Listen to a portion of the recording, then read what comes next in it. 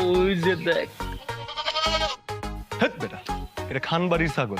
তো খানবাড়ির ছাগল হয়েছে তো কি হয়েছে? খানবাড়ির ছাগল কি খাওয়া যায় না? যায়, খান সাহেব পেট কাইটাই ছাগল বের করে ফেলাইব।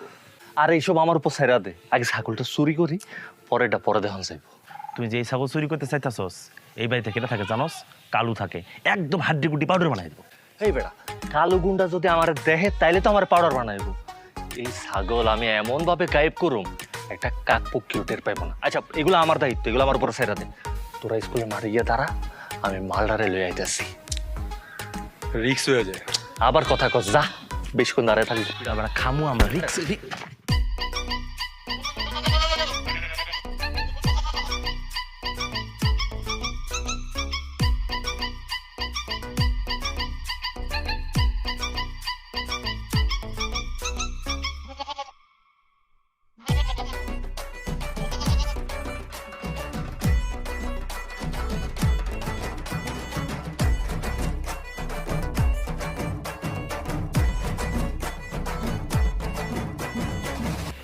কি যে ভাল লাগতেছে তোরে ছবি কইরা, আজকে তোরে কিমা বানায় খাম।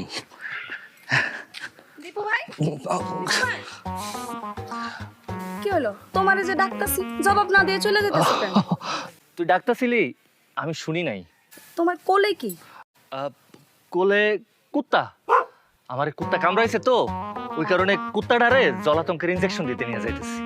কুত্তায় কামড়াইছে তোমারে, ইনজেকশন দিবা তুমি, কিন্তু কুত্তারে কেন নিয়ে যাইতেছো? দেখছস, কুত্তা কামড়ানোর পর থেকে না আমি কেমন জানি পাগল পাগল হয়ে গেছি। আমি না ভুলাই গেছিলাম, আসলেই তো ইনজেকশন তো দেওয়া দরকার আমারে, কুত্তারে দিমু কেন? যাও গা। ছাড়ো ছাড়ো, নাহলে আবার কামড় দিব। ও মা গো, দীপু ভাই, তুমি না কোলে কুত্তা, এটা দেখি ছাগল। ওমা, দেখছস, কুত্তা কামড়ানোর পরে না আমি কেমন জানি পাগল পাগল হয়ে গেছি। কোনটা কুত্তা আর কোনটা ছাগল সেটা আমি বুঝতে পারি না। আমি তো ভাবছিলাম এটা কুত্তা। আচ্ছা যাও গা, কুত্তার জায়গায় যেহেতু ছাগল লয়ে আইছি, তাহলে আমি একটা কাম করি, তাহলে ছাগলটার মাঠে লইয়া গিয়া একটু ঘাস টাস খাওয়াইয়া তারপর পরে ছাইরা দেব না, খালি ম্যামে করস। ঠিক আছে, গেলাম।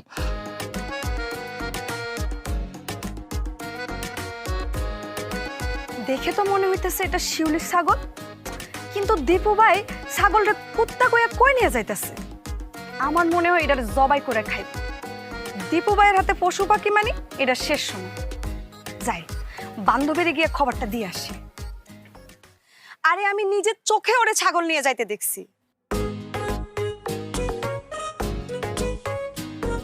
কি কি কইলি তুই? আমার আদরের ছাগল